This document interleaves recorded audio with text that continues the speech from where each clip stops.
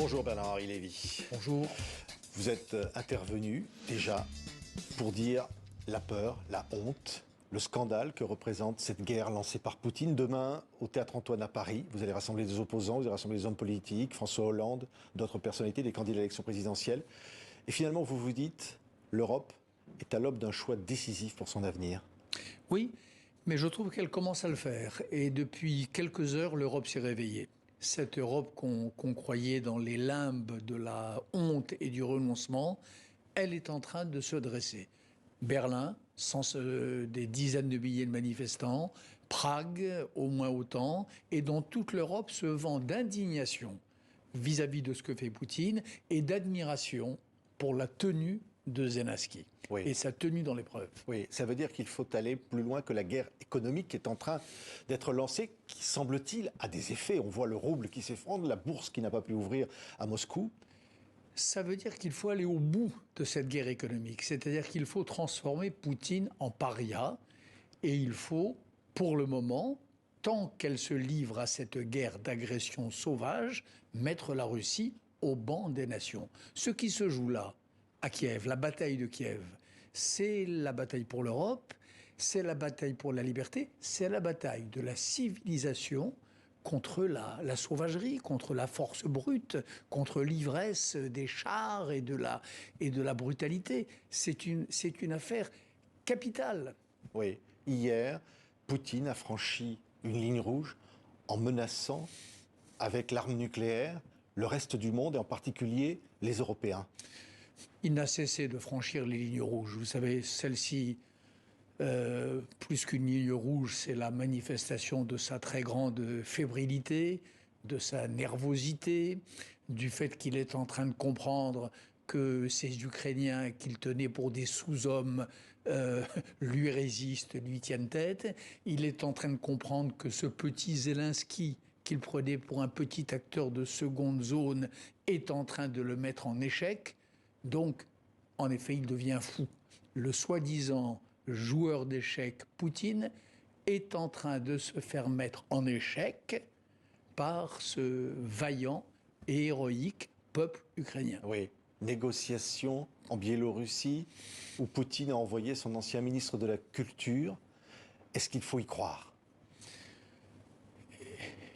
Les négociations avec les Russes, vous savez, ça fait des semaines, ça fait des mois et ça fait des années qu'on nous la raconte et qu'en effet, c'est chaque fois un mensonge et chaque fois une arnaque. Le système Poutine, il est basé sur la guerre d'un côté et sur des négociations en trompe-l'œil de l'autre.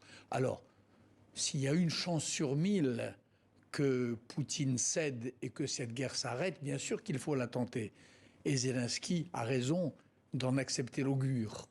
Mais personnellement, je serais malheureusement très surpris que cela débouche là, dans les heures qui viennent, sur quelque chose. Oui.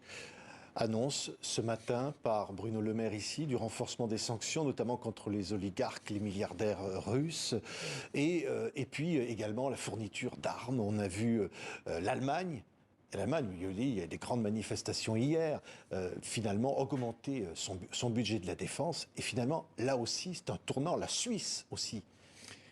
C'est un tournant pour l'Europe et pour l'Allemagne. C'est l'Allemagne de l'impératif catégorique, c'est l'Allemagne des Lumières, c'est l'Allemagne de l'exactitude dans la morale, comme me le disait un jour un grand intellectuel allemand, qui est en train de se réveiller et de sortir de son pacifisme un peu terrifié et un peu munichois dont elle faisait montre toutes ces dernières semaines. Ce qui se passe à Berlin aujourd'hui est très important. Ce qui s'était passé précédemment, c'est-à-dire accepter d'être l'otage du gaz russe, était une erreur gravissime. Se mettre dans la main d'un maître chanteur. Mais là, aujourd'hui, le changement de paradigme, le changement de culture et de réflexe de la part de l'Allemagne, c'est un événement considérable. Et là encore, je suis convaincu que Poutine, soi-disant, encore une fois, joueur d'échecs, ne l'avait pas prévu. Oui. Est-ce qu'il faut remettre en question la possibilité d'adhésion un jour de l'Ukraine à l'OTAN ? Et est-ce qu'il faut comme certains le demandent, lancer une procédure d'adhésion de l'Ukraine à l'Union européenne? En tout cas, moi, je le demande depuis très longtemps. Je me souviens, en 2008, avec mon camarade André Glucksmann, nous avions écrit un article dans Le Monde qui demandait l'adhésion de l'Ukraine à l'OTAN. Contrairement à ce que disent les Russes, la porte avait été fermée, pas à moitié ouverte. Tout ça, c'est des racontards et de la propagande poutinienne. La porte avait été fermée.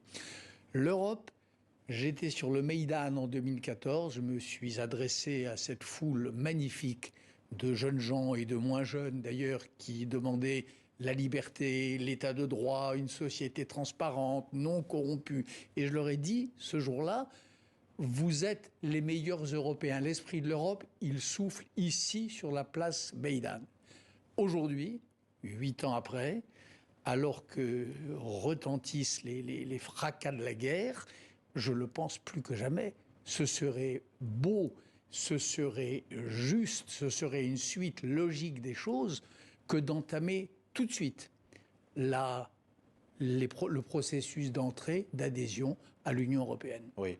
Vous diriez que Vladimir Poutine est un dictateur, lui qui agite le spectre de la nazification de l'Ukraine pour justifier son intervention militaire? Écoutez, la nazification de l'Ukraine, cet argument-là est un argument immonde. Et dont vous dites, il ne peut pas gagner. Est-ce qu'il y a au moins un risque qu'il gagne? Vous savez, depuis 4 jours, je me réveille chaque matin ou chaque nuit.